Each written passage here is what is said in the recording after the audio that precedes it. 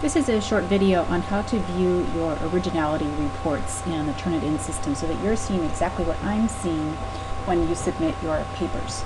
Just a reminder that in each of my classes, and this happens to be the Small Business Management class, but in each of my classes I provide many models of papers that include properly footnoted sections so that if you're ever concerned about how to format a footnote, you can see those.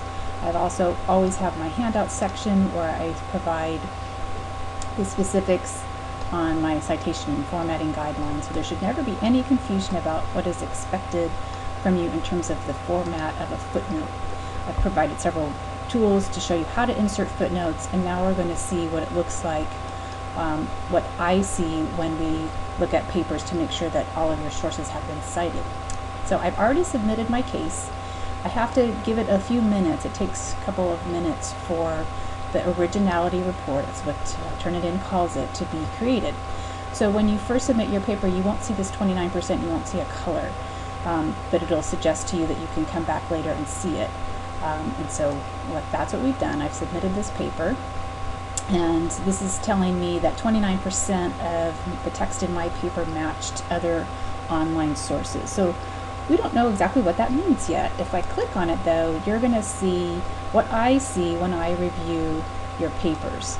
Now we're looking at specifically the Originality. When I have you looking at my comments, you're clicking this grade mark, which is different, and there's no grade mark here because this paper hasn't been graded. So for checking Originality, checking source citations, make sure that the red is clicked and you can see what I see. Match overview, you see the sources and what percentage of the paper came from which sources.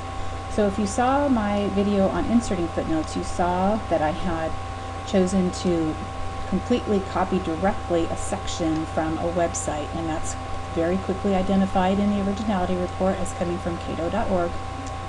And because I also cited that source down in my footnote, there's not a problem. So when I see a 29%, I don't jump to any conclusions.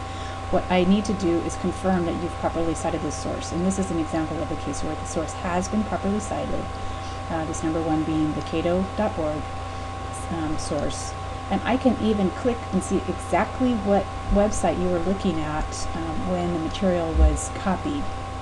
And again, as long as you've quoted it for a complete verbatim source citation and provided the source of it, you're in good shape. The problems arise when you do this copying and pasting and you don't quote it and you don't provide any kind of footnote to indicate that this was not your original set of writing.